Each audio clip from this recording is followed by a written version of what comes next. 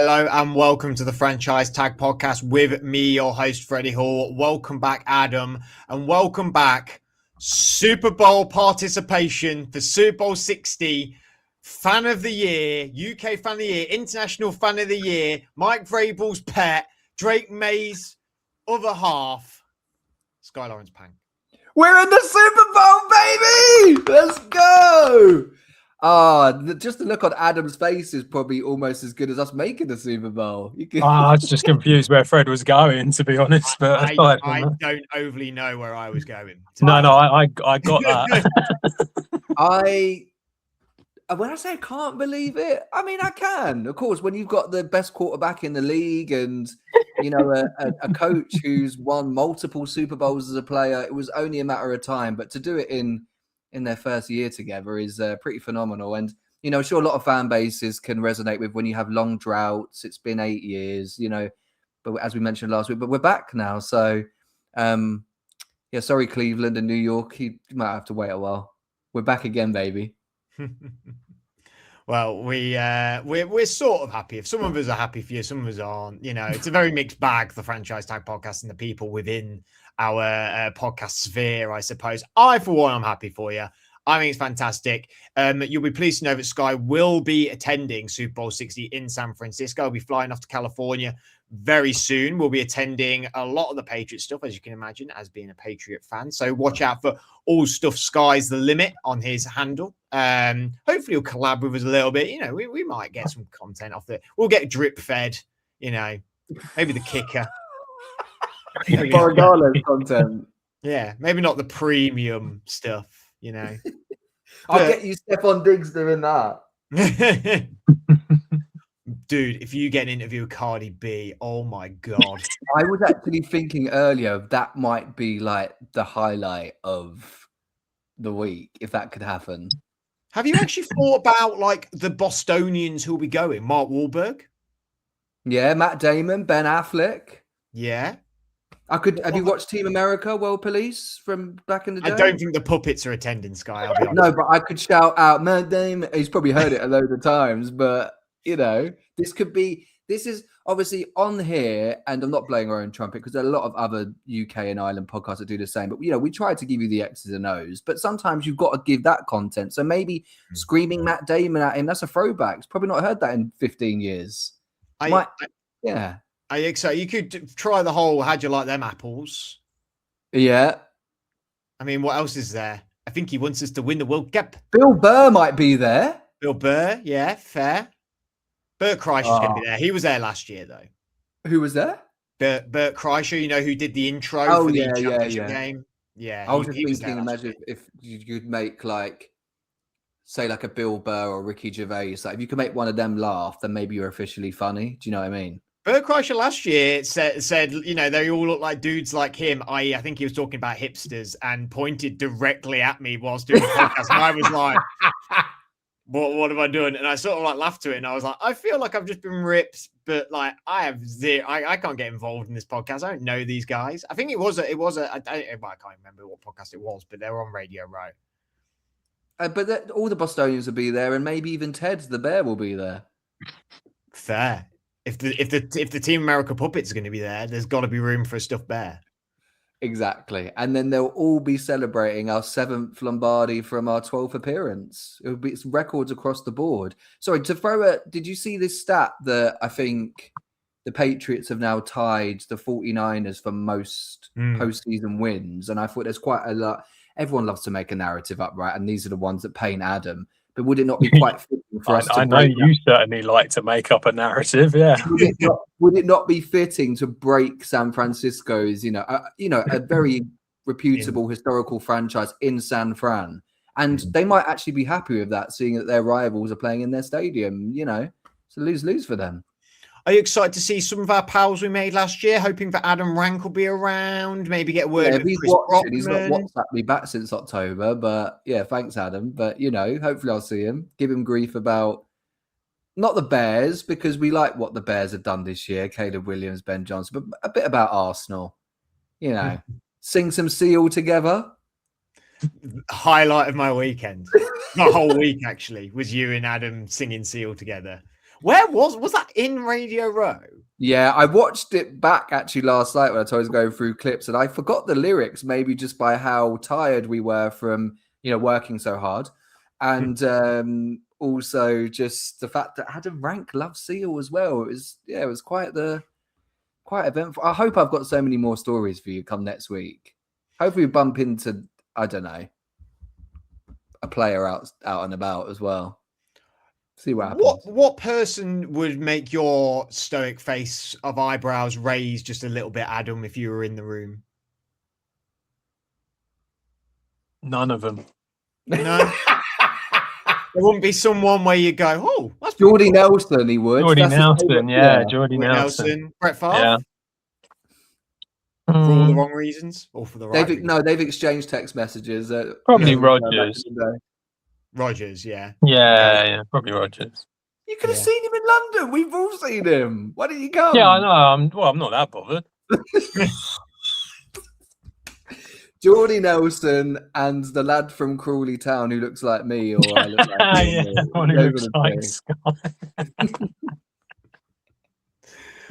Let's stick on the old Patriots because we're going to review both the games, probably focusing on just the game itself and maybe go on a few tangents. And we have got a closing section that will be a little bit off, well, in topic, but off topic, I suppose, all at the same time. So we'll stick with the Patriots beating the Denver Broncos 10-7. Did you hear about the snow?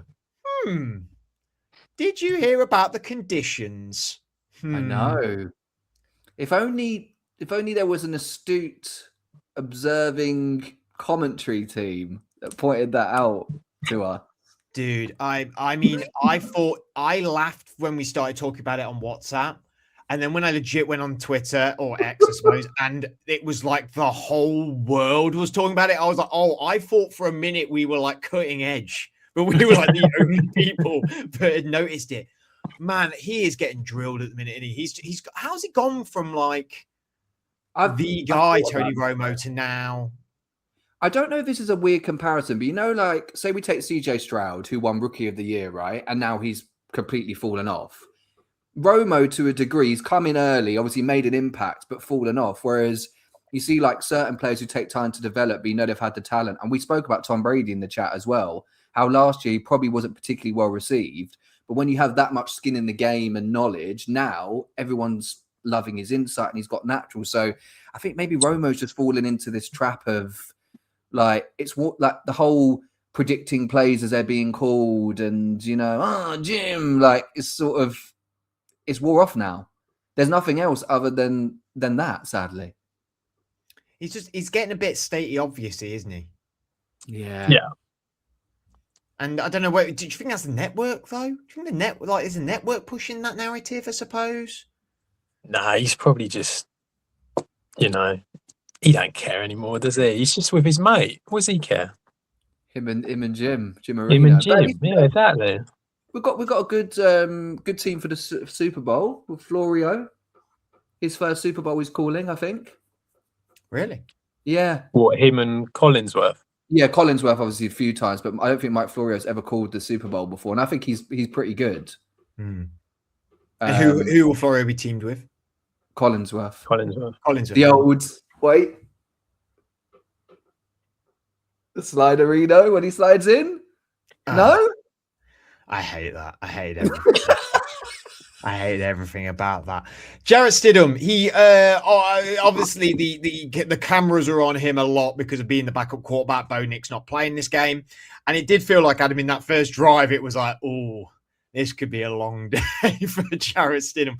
Second drive, he comes out surgical, real good. Like it felt like the nerve sort of evaporated from him. And it definitely very quickly became a bit of Denver have got a chance here because if he can maximize his ability, and even though he's a backup, you're not an NFL player unless you've got a little bit of something. Come on, like he showed that something, didn't he? And he put up a good fight, I thought. Yeah, I think. Well, certainly in the first half, he kind of like he had a few plays. The big play to Marvin Mims, obviously over the top, was great, and then the touchdown for Cortland Sutton was good as well. And there were times where he looked a bit rushed and a bit sort of out of his depth, but at the same time, he actually looked all right in some plays. It kind of felt like from that first half, you sort of felt to yourself, he was probably only going to get them 14, 17 points tops. So it was always going to be like a really limited kind of quarterback performance compared to what most starters are, which, to be honest, is kind of what we all thought, didn't we? Really, I mean, that's kind of what you would expect from a backup. So yeah, I thought he did okay in that first half. It was all right.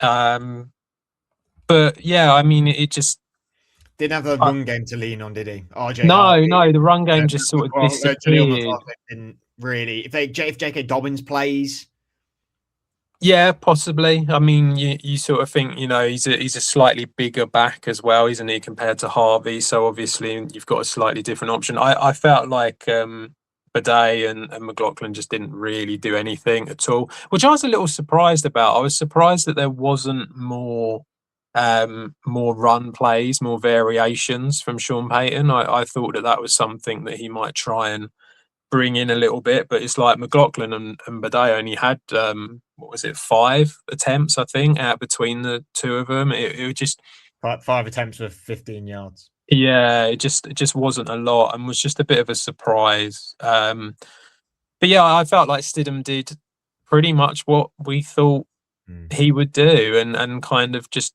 looked okay. But yeah, what more can you expect from him?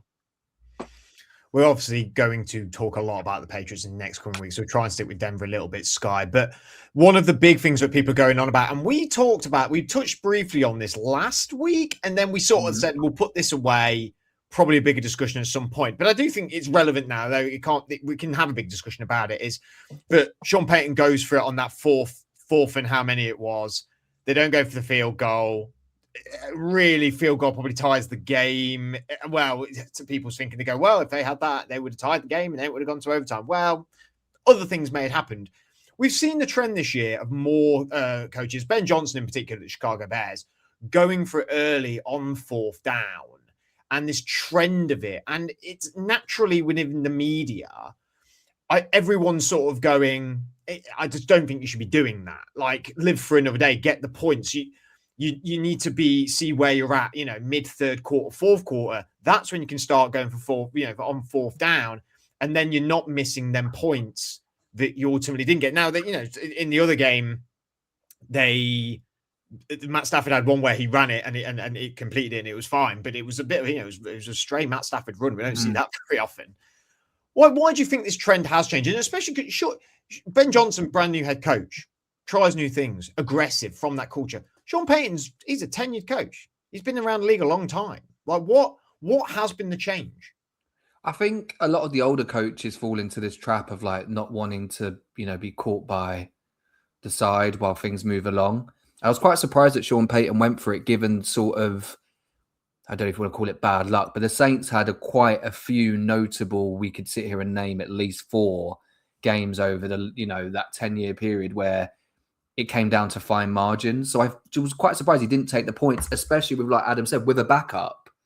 I get that, like, you've seen how well the Patriots, have done defensively in terms of the pressure that's been put up on those first 2 games. And then you have Stidham rolling out on 4th down. Like, if you run it up the middle, maybe. But then again, that ties into what you guys said, that they didn't have an inside runner. They only had runners who could do outside zone. There was no J.K. Dobbins.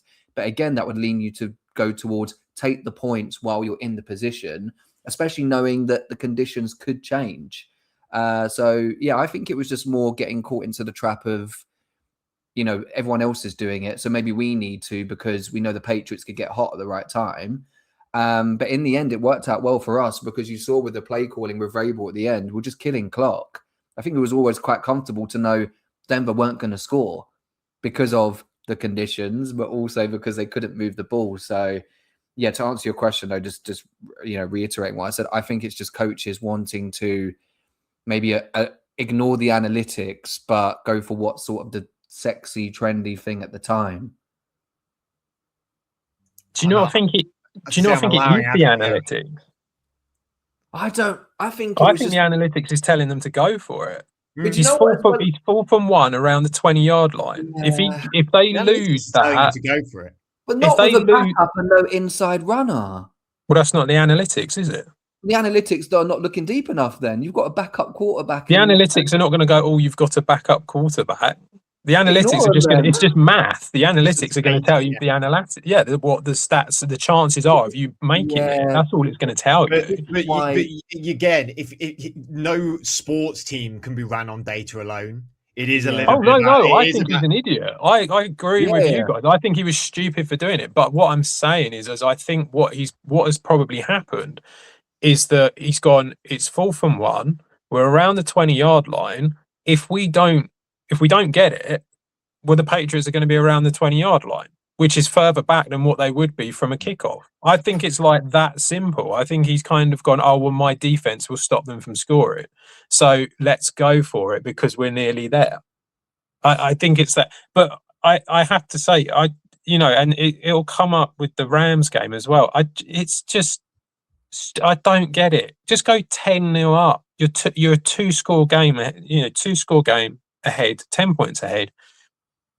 A lot of people can talk about the conditions later on and what happened. Both teams offensively were crap in the first half. They were. Yeah. And it's like, so you're in a tight game. So why are you not taking it? Why are you not just getting up to 10 points and then just work your way from where you are at that point? And realistically, the way the game had gone, and because of the conditions, if that had been 10-10, obviously we're not going to know this, but if it had been 10-10 and went to overtime, chances are the Patriots would have won it anyway.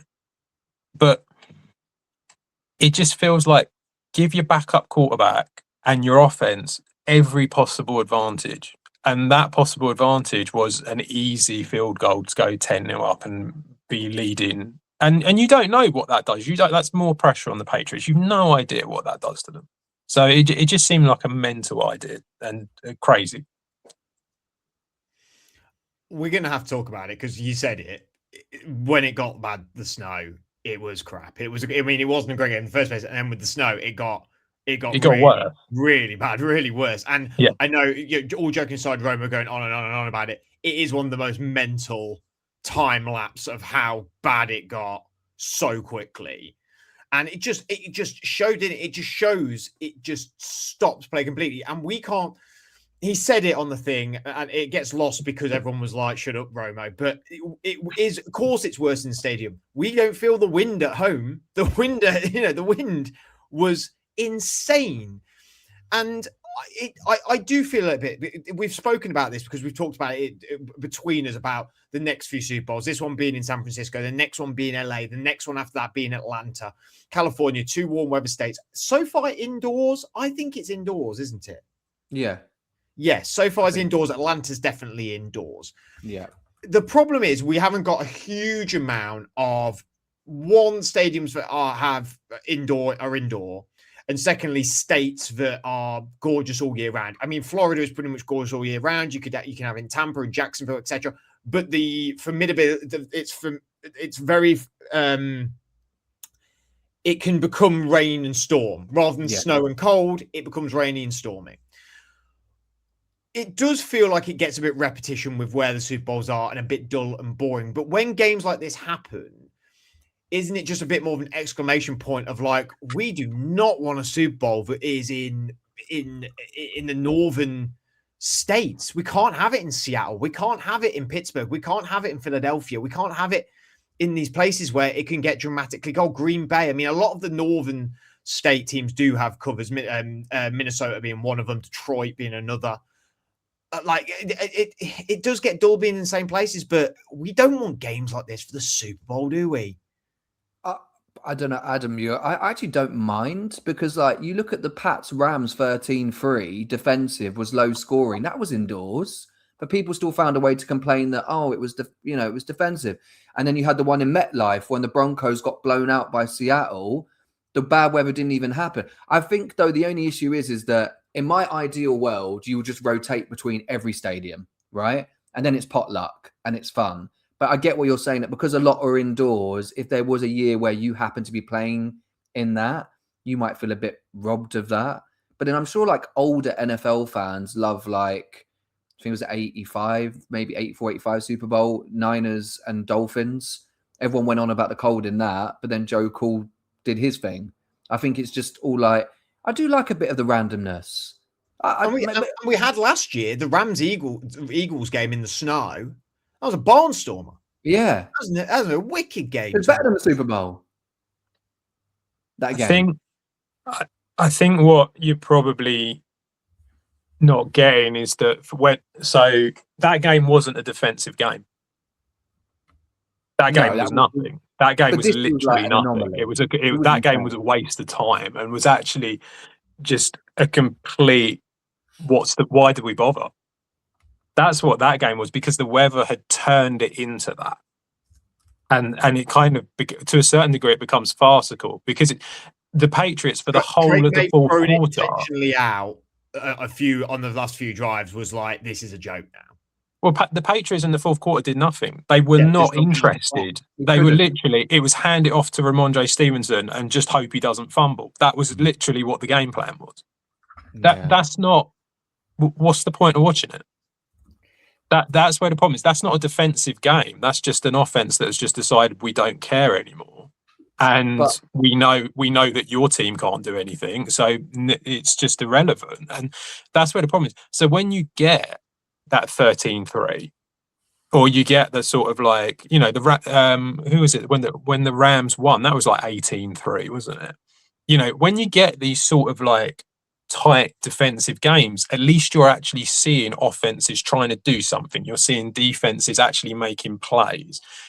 There is, you know, I mean, I'm very much an offensive, like, I like to see attacking football. Fred's the not complete opposite, but he likes defensive football. He always has done. And it's just like, so a defensive game, I find sometimes can get a little bit boring if you're watching it. But that game was just, like I say, you reached the point where there was no point anyone being there and no point them carrying on, because it was just like, who cares anymore?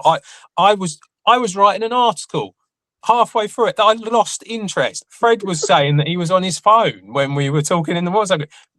People who watch this and watch all different types of NFL football were bored. I probably should have caveated that obviously there's never been a Super Bowl in the Denvers and the Seattles. I just meant more, Fred, as in like, they shouldn't always be indoors. Of course, you have to think about where you're playing, and because it's the end of the year, it's a spectacle. You want everything to be. Levi's is outside. Yeah, Stadium's outside. Because it's in California, it's fine. Yeah. So I think that's more where I was leaning towards, is in like, it'd be nice to have a few more outdoor ones. But yes, I get it's not going to be at Mile High. It's not going to be in Seattle because it's too much of a risk. That's why they've never hosted it. They'll probably put it down to, Denver's an older stadium. But I think this is part of the beauty of you go through your conference and there's different conditions. And this is why when we get to the Super Bowl, 9 times out of 10 is a complete contrast in terms of the style of teams, the style of coaching, because you know what path you've got to go through to get there. And now this is why it's sort of like we get this one-off game. But obviously, maybe I'm being a bit more positive about it because my team won. If we'd lost in those conditions 10-7, I would have been annoyed. But let's be honest, if it was in Boston, it might have been worse, because I don't know if you saw the weather there from the time I've left and come back. Like, the snow is insane. All of my friends in Wisconsin, all the sort of, middle America, it's been bad there. People indoors in Carolina. So I think it's just a weird time of the year. And climate change is real, maybe. Maybe we should take that from it.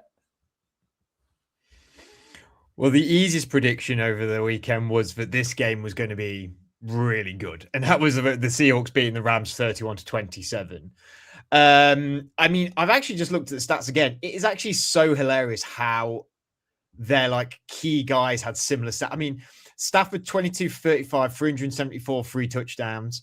Darnold's 25-36, 346 free touchdowns. Very close.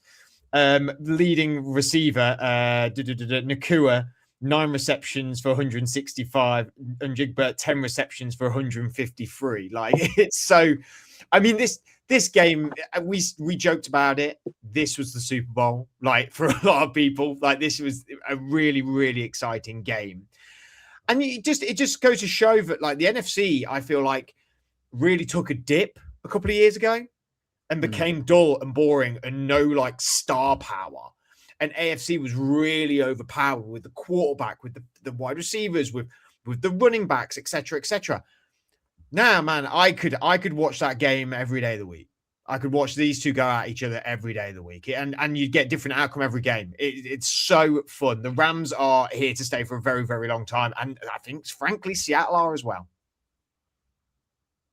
Yeah, I think Seattle definitely are. Have you seen how much cap space they've got for next year? Easy, Insane. cheap, young defense, man. And the Rams as well, actually, have got a decent amount of cap space. Well, both of them.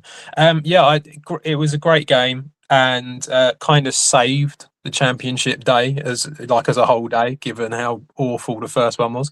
I mean, they both played really well. I think to see Stafford do what he did and still end up on the losing side, I think it is quite surprising, really. But you have to hand it to not only the Seahawks as a whole organization, but the one person that we all questioned and everyone kind of did was Sam Darnold. And what was nice to see was the Seahawks won it because of Sam Darnold, rather than it just being that the defense was really good or the special teams had amazing plays. It was like Darnold actually went out and won it. And I mean, he had like you said, 3 touchdowns, 346 yards, QBR rating of 138. I've actually got something hilarious actually about this. Since he's left Carolina, he is like, he might have broke a record or something like that. He has the longest run of 100+ passer rating games. Like, he's not had one below since he left Carolina. Like, that's nuts. Like, that is nuts. Also, I think it's that. I might be exaggerating a little bit, but I'm pretty sure that's what they were saying on a podcast I was listening to earlier, was since he left Carolina, he's not dipped under 100 in his QBR. Which it just goes to testament, doesn't it, that he did win this game. And there was nothing in this podcast, which I don't think fans won't maybe necessarily notice. Sometimes you do. He got sacked a few times. He got sacked 3 times. But it was a take the sack, don't lose the ball. Yeah. And that's smart quarterback play. That's smart. It don't look great. And it don't look great on the stat sheet, but it was better than getting a turnover. It was better than losing the ball. And yes, you could lose the ball on the sack, but they knew that they couldn't gift the Rams anything. And the Rams did one gift. And I mean, the only gift they gave was a flag that Tariq Woolen won. That was a gift, because then Nakua scored a touchdown straight off of that. And then obviously the punt return got messed up. Seattle scores on that. The one thing I will go back to, just because you said about Matt Stafford playing this well and losing, Sky, does it bring back to the point of he's not done? I mean, he can't, like, they've got to the NFC Championship. They've got loads of cap room, like Adam said. Their defense is only going to get better. They only need to really, I think, sort out the cornerback secondary sort of bit. Their offense is really good. That's going to stick around. Devontae Adams is going to stick there as long as Matt Stafford's there, in my book. And they want him in the building. I think they love him there. Nakua's not going anywhere. They've got his great running back. Why would at this point you retire? Yeah, I'm torn, because I think we all 3 of us collectively like the Rams, Stafford, McVay, but I think we've seen this over the years. Like, they've had 2 what-if years now. They were close last year as well. And as much as I like Matt Stafford, like, Devontae Adams obviously banged up towards the end of the year. They will be a year older. There are no guarantees. I think this is a big what-if. I don't know how hard I want to go on this, because I think Sam Darnold does deserve credit. But I do think the Rams beat themselves a lot with that Xavier Smith, obviously the muff punt. I think the play calling, to be looking at like Mumfield in the key downs. I think the Rams just overthought it. I'm not saying Seattle are not good. Their defense is obviously insane. The speed they have in all areas. Do you think they're trying to be a bit too cute in a way? I think McVay almost overthought. And obviously a lot of that comes down to the talent on the Seattle defensive side of the ball. That leads to you sometimes overthinking things. But yeah, like, the window is open. It's just that I think, considering how unpredictable this season's been and how you guys said how the NFC's turned it around, I just think with the Rams, they'll be in contention. But I think they've had their 2-year window now to potentially win another Super Bowl. I think they can still be a playoff team. I'm just like, think that there's other teams in stronger positions who will probably still be around to stop them getting there. And look, we can praise Sam Darnold as much as we want, right? We talk about narratives in the media. If you're the Rams, I think you'd be annoyed that you had a chance to make the Super Bowl going against Sam Darnold. However nice we want to be about it, like there's a lot of better or more complete quarterbacks they could have played in this game. But really, in the lead up to this, do you not think though that the Rams did everything right in order to put it on Sam Darnold? Like, is that not kind of like their game plan was that Sam Darnold has they stopped the run, which meant that Darnold had to pass. That they didn't. That was the option, wasn't it? Surely that was how you. Because Walker started off well in the first couple of drives, but then he fell off a cliff and the run just sort of disappeared. So it's almost like they forced Darnold to be that good to a certain extent. I think their pass rush was poor, though. Like we spoke last week about how the secondary could be exposed if he got time. I think we saw that basically after the first quarter, at least in the second half. Like you guys have said, if Sam Darnold was putting up, over 300 yards, he clearly had time. They might have got the odd sack here and there. Fred's point is probably the most truest in that at least he didn't force anything. I think he knew, well, I've had time on plenty of other plays. I'll take the hit here because I can do it there. And what I'm getting at is the Rams pass rush wasn't consistent of an elite level defense that's going to get you to a Super Bowl, because as much as the conditions might have been bad, Pats and Denver's defense still put up a lot of pressure in the pass rush, and Seattle did it as well.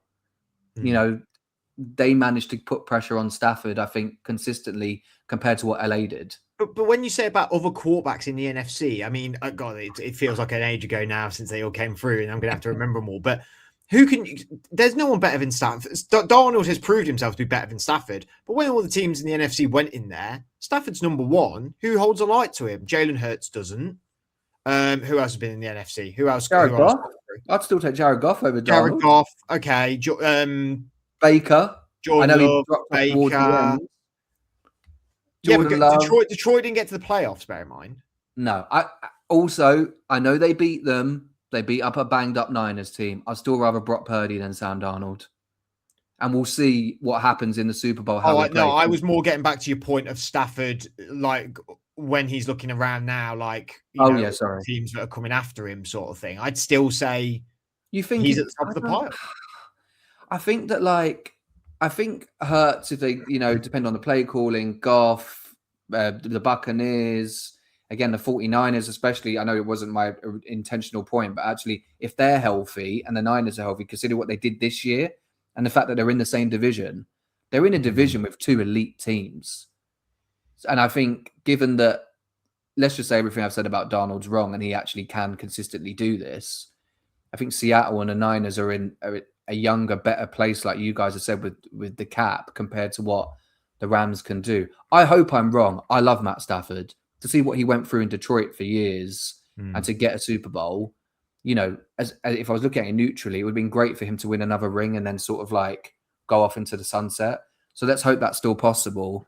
But yeah, I guess with the Rams, we've seen them do well draft-wise without many picks. So I guess if there's any front office that's going to do something with, whether they decide to make trades or limited resources, I think McVay and that front office can do something. I know we said we're going to probably do an episode and dive more into this later on, in the next month or so. But how crucial is it for McVay to keep both his coordinators there? And now with only 3 head coach jobs open, how crucial is that for him? Because Chris Schuler's his defensive coordinator. Who's his offensive coordinator? I can't remember now off the top of my head. Mike LaFleur. Mike LaFleur. So how crucial is it for him, Adam, to keep them two? Because Chris Schuler's been rumoured a lot. I mean, he was, in my mind, the front runner for the Steelers job until Mike McCarthy happened. But there's 3 jobs available. 3 not very, not incredibly sexy jobs with the Cardinals, the Raiders, and the Browns left. I think if they can, I think it's important that they keep Chris Schuler there. I don't think it's as important to keep Mike LaFleur because obviously McVay calls the plays, doesn't he? So it's not quite as important. I actually think there's a strong chance that LaFleur goes, and there's a lot of talk about him going to Arizona. So I think that you might see him end up there. But yeah, if you can keep Chris Shula, and to be honest, given who is left now, I actually think that it would make more sense for Chris Shula to stay with the Rams for another season and try and just continue this sort of like. I think the defense has been. It's not been a top 5 defense, but I think it's been a pretty steady defense that's done very well. And a lot of them are young. So in theory, they're only going to get better because of that. So I think it would be vital for him to keep him. I don't think keeping LaFleur is as important though. What about yourself, Sky? Do you think? Because Shula, now when you look at them 3 jobs, I mean LaFleur, you could say he could go to one of them 3, but I don't know. I don't know. No. Maybe just hold on. I think you brought up a good point I didn't even think of, really. I mean, we talk about the Eagles and the fact that losing coordinators, what it can do to you.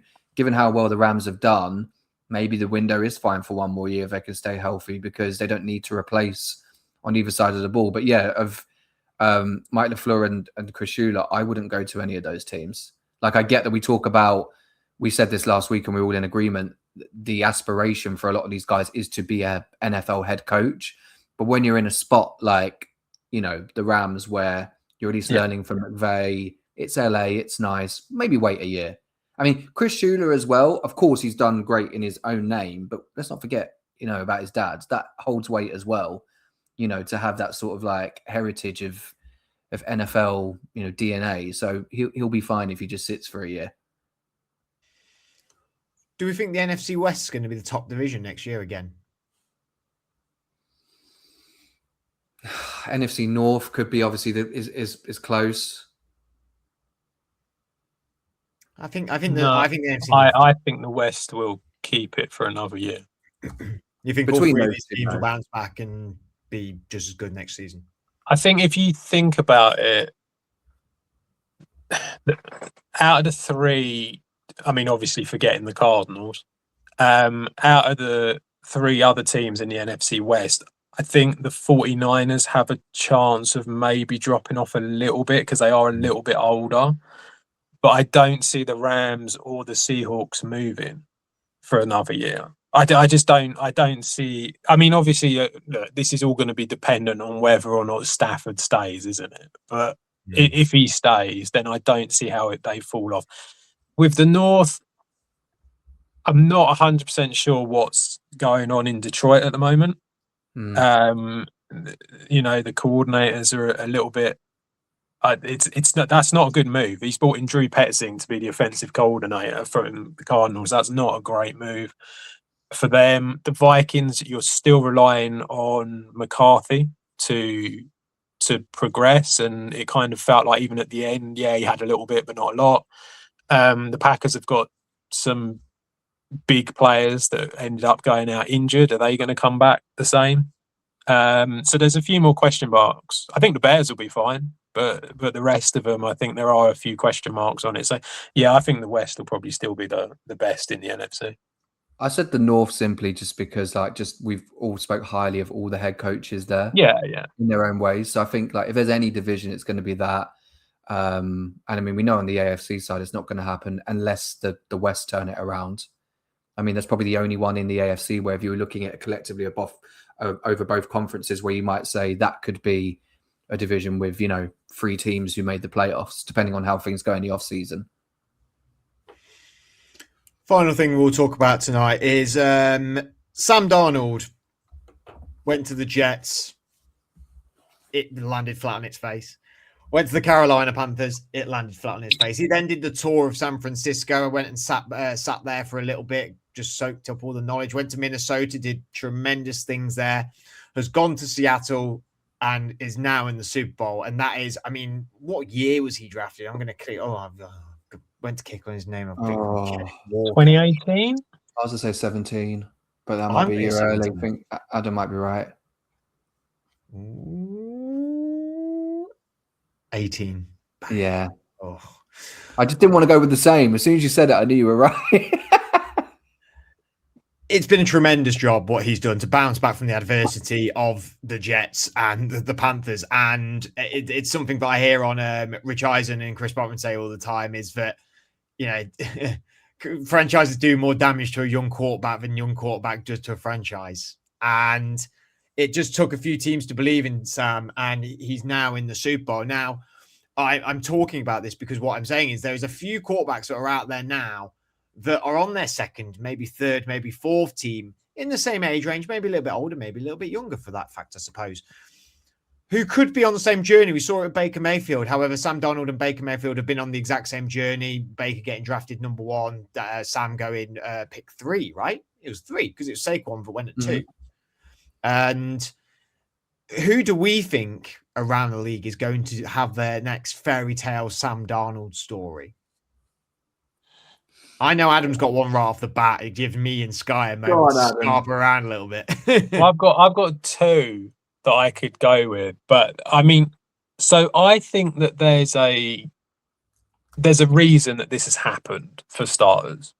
I think the reason behind it is, firstly, he's gone to an organization that is an absolute mess and has always been a mess in the Jets.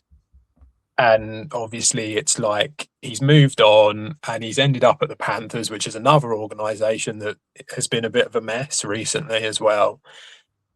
And then he's turned up in San Francisco and he's actually got himself a head coach who knows what he's doing in an organization that knows what it's doing. And ever since he left San Francisco, he has consistently gone to other teams that have all been part of that coaching tree. So he's ended up at the Vikings, Kevin O'Connell. Now he's at Seattle. Clint Kubiak was at the 49ers for a bit. And it seems very much like it's all about this coaching tree. That's what seems to work. And a lot of these guys, they seem to be able to go to these places, to better organizations. And that's what makes the difference.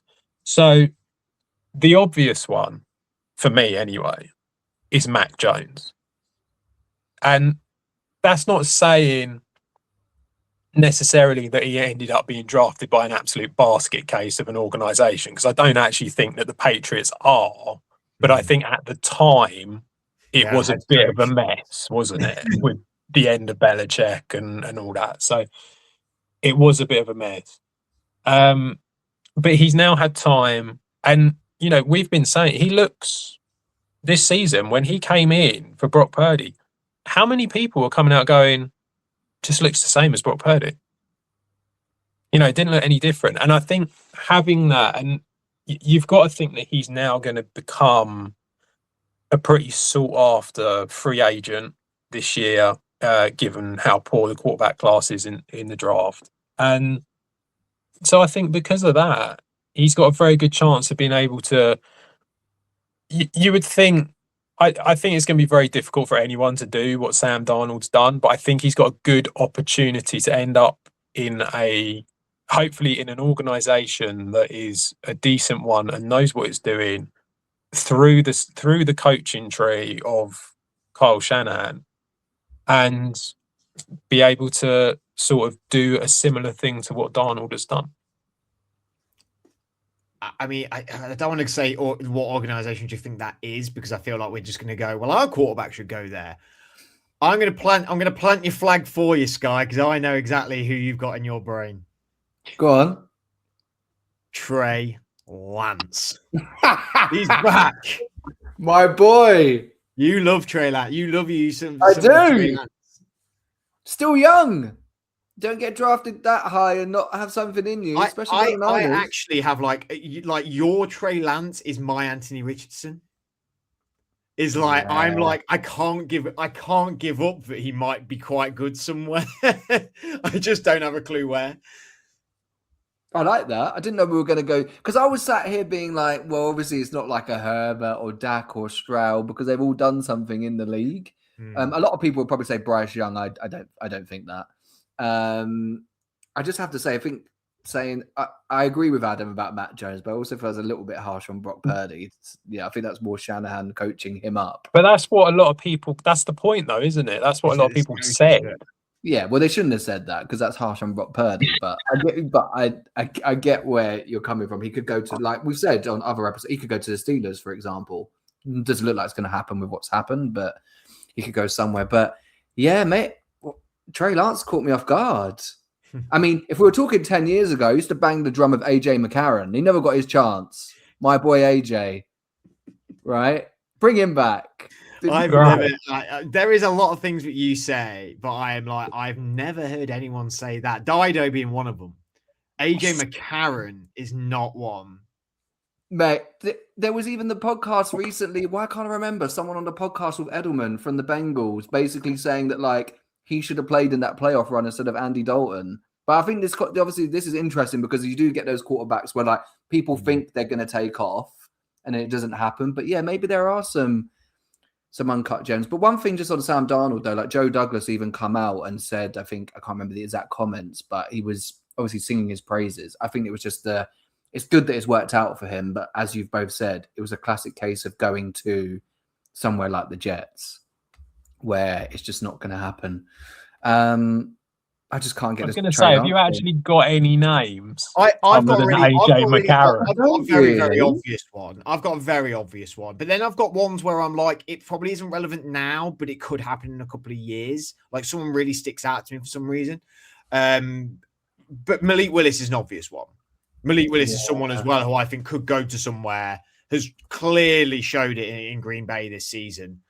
But Green Bay's a good team. You know, they're a good team. He was at a Titans team that was devoid of talent under a coaching tree that was just rubbish. It's the same coaching tree though, isn't it? What, Green Bay? Yeah. No, Shanahan. It all comes through Shanahan. Yeah. Yeah, it's the same thing again. Organizational wise, for let's say I'll say my little thing for a minute, but Willis and Mac Jones are the front runners. We all three of us believe. I think. What organization then? Go on, and you've got one. I've been scrambling my brain trying to go through all the backups. I think Josh Rosen. Is he going Josh Rosen? How far back are we going with this guy? Sam Howell's like not a bad shout. He didn't even play bad in Washington. He didn't play bad, and he was good at North Carolina as well. Like a lot of my mates in the US, like sing his praises, and obviously he's at the Eagles now, right? He's been. I know, obviously I think he's at the Eagles. So he's had a couple of years. At least it's whatever we say about their coaching coordinator choices and Sirianni. At least it's in an organization where they've been winning. Do you know what I mean? He's probably at least been surrounded by some good stuff. So yeah, I mean, couldn't tell you his age, but I'm going to go mid-20s. He's got to be around 25. I think he is 20. Nothing wants to load for me. He's not been in the league that long. He was starting at Washington 2-3 years ago. It tells me everything but his age, annoyingly. He got drafted. Well, we could say at 2022. He's got to be about 25. Like I think if he ended up in a decent spot, 25. There we go. Yeah, thank you. Like you said, I don't think he was that bad when we saw him start. It was just an awful O-line in Washington. Obviously, things have changed since then, other than this season. But yeah, that's the name. I've got a name, guys. What organization do they go to though? Where would Sam Howell go to? No, like all three of them. I mean, there's not that many opportunities at franchises that I think will accelerate them. You could maybe say Bob Saleh at Titans, at Tennessee. But the thing is, like, if you're Sam Howell or you're like we mentioned Trey Lance, like if you are in your mid-20s, maybe you wait and obviously you don't hope for your teammate to be injured, but sometimes that is better than being a backup on a bad team. Who needs a quarterback? Oh, I mean, Minnesota. I think they'll stick with McCarthy. They will. Kevin O'Connor will pull some magic out. Although they will probably bring in someone who has the potential. So yeah, I mean that kind of actually would make sense to bring in someone like that. Probably the only one, to be honest with you. I mean, had Miami got a head coach? Miami have got Jeff Hafley. Jeff Hafley from that tree a little bit. No. No. Not really. I mean, I know that they're probably going to go with Rodgers, but Pittsburgh, now we've got McCarthy. I think Matt Jones for Pittsburgh. It would be so hilarious if we get Malik Willis, because Malik Willis is who I wanted us to draft. Big shout, Kenny Pickett. Does he have a comeback out of nowhere? No. He's the one who leans in towards what we were saying, like the people where people try and say it, but it's just not going to happen. I have one where it's not maybe relevant now, but it really could be in a few years. Michael Penix. Yeah. I don't think they extend him. I just think the injuries. Was he a free knee injuries? I don't know. He's had a lot. He's had a lot of injury. On the What flip about side, Anthony Richardson? I said I go to bat for Anthony Richardson. I think he's going to end up leaving, isn't he? Yes. They're not gonna keep him, and he's gonna end up leaving, and someone's gonna need a backup. And maybe if he ends up in one of these organizations that helps him over time, he's got a chance of being able to do something. But I used to think Drew Lock always had something in him, but I'm over that now. thank God for that. Yeah. Obviously, he's gone back to Seattle as the backup. Like, I think there was a 2-year. Yeah. I'm just thinking, where does Richardson go? Because you're going to be like, he's got to be in a similar style offense. He can come to Green Bay if he wants and sit behind Jordan Love. I don't hate that at all. We've missed someone. I don't think it would happen. But what about Davis Mills? Mate, actually, After what he did this season. Adam, that's a shout. You got to admit. Yeah, I don't think so. You just don't want to say it because I said it. I don't. He looks good for Houston. Was he 3-0? If we're saying Sam Howell, yeah, you're saying Sam Howell. Let's get that for a start. Me and Fred are the team. The Wolves. I'm Team Sam Howell. I'm also Team Anthony Richardson. I really am. I'm into that. Do you know what? I think, again, if I'm making the case of Trey Lance being drafted high, and if you've got something in you, I mean, Anthony Richardson, his downfall was just again. I've got such a good shout. Okay. Joe Milton. No. People love. I love Joe Milton's good. He throws it too hard. Mate, get harder hands then. Don't be so soft. He's got an unreal arm. That ball ain't taking my head off. He ain't throwing it properly. I want that energy. I like Joe Milton. I'm big on Joe Milton, but never got an opportunity. Never got a starter's opportunity, admittedly. If you had your Steelers offense from about 2005 to about 2013, when it was like play action, deep ball, that Joe Milton would be your guy. Oh, yeah. I'm all about that, Joe Milton. Joe Milton's not in the same category, though, unfortunately. He's not, because he hasn't started properly. He's not had consistent starts. He wasn't drafted high. I mean, Davis Mills wasn't drafted high either or anything like that. I suppose we've got to sort of stick with people who are drafted high, aren't we? Howe was second round, I'm sure. Yeah. I'm sure he was second round. So who we said who was in the first round? Mac Jones. Mac Jones was first round. Yeah, Mac Jones was first round. Mac Jones first round. Malik Willis was second round, admittedly. Or was he third? No, he was second round. Who else did we say? Who was a first round pick? Richardson. Trey Lance, yeah. Actually, someone else has just stuck out at me, and you're both going to laugh and go, no. Can I just say no before you say it?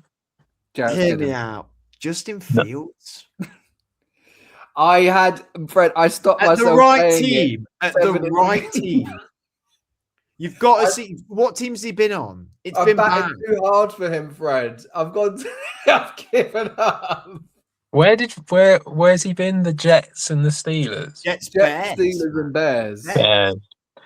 God, what a horrific. I wonder why the poor bugger's done in. Jesus. We've missed a really obvious one that could be the story for next year. Actually, we've just missed a really, really, really obvious one. Daniel Jones. No. You class that as an obvious one now. He's not it. You talk about, like, Darnold didn't get to the Super Bowl last year. He had a playoff run.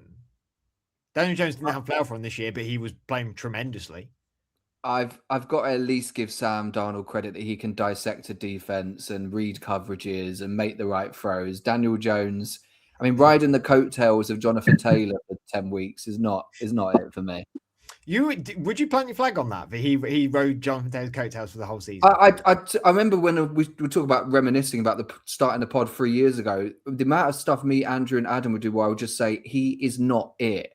Oh, we're keeping for the Giants. You let Barkley walk. Like, of course he can be a bridge quarterback. Fair play. He had a decent start to the season. But I think that Colts defense was lights out the first quarter and a half of the season. And Jonathan Taylor is, you know how much, especially like, that's when I first started watching college when he was on the Badgers. Like, he's so good. And again, they play in the South. That helps. I mean, no, Jags didn't start well. Texans were good. Titans are there. Like, sorry, Daniel, you're not it. Any love for what's his name? Oh, Will Levis. Think he might go anywhere? I forgot he even existed. I mean, he doesn't know I exist, but I forgot he existed. On that note, we'll end it right there. Sky, Adam, thank you very much for coming on. Hopefully, Sky will be able to join us for the podcast whilst in America. Hopefully, would that be okay? Yeah, as long as, yeah, I mean, I'll be behaved, won't I? Yeah, I'm around. We'll schedule it around 8 hours. 8 hours difference? Yeah. I mean, even if it's like you just jump on for 5-10 minutes, tell us what's going on, then hop back off. I'll be there with Drake. May. Drake May, not Drake, the singer. Well, Sky, Adam, thank you very much for joining me, and thank you all for watching. If you did watch it on YouTube, make sure you like and subscribe. And if you were listening, make sure you also subscribe on whatever podcast platform that you are listening on. Like I said, we will be back next week with all things Super Bowl 60 in San Francisco, California. We won't be there. Sky will be, but we'll still be talking about the Super Bowl anyway. It's been a very fun, exciting season. I hope you've enjoyed it with us and enjoyed the journey that we've been on as well. Until then, we'll see you all again very soon.